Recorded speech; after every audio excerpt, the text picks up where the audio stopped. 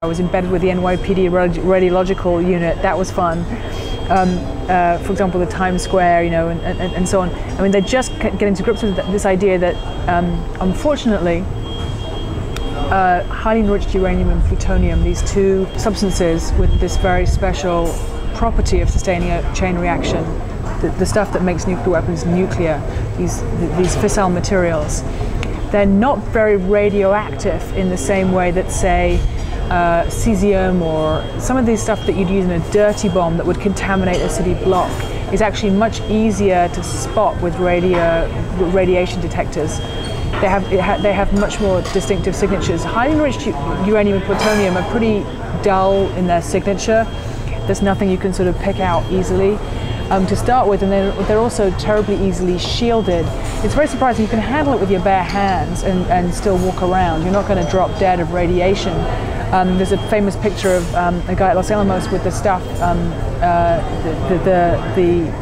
all the plutonium, I think, in a bucket, I think, that he's handling in his sort of +4s in his cardigan.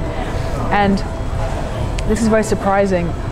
Even we have a guy in the movie saying, you know, kitty litter is more detectable than nuclear weapons material. So if you want to smuggle this stuff and you hide it in kitty litter, when the truck goes through and the portal monitor gets set off, the people working the port are going to go, oh, it's the kitty litter again, and let it right through. So somebody in the movie says you could just stick it in a kitty litter and no one would ever know. And unfortunately, that's really true.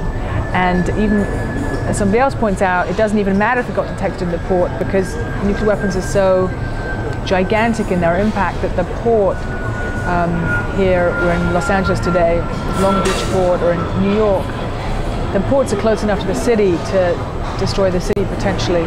So these things are you know, worth thinking about in terms of the threat that they pose, I think. And it's sort of amazing how we haven't really updated our thinking since the Cold War, and really we're in such a different world today. That bipolar, you know, US-Soviet world seems almost sort of quaint in its simplicity.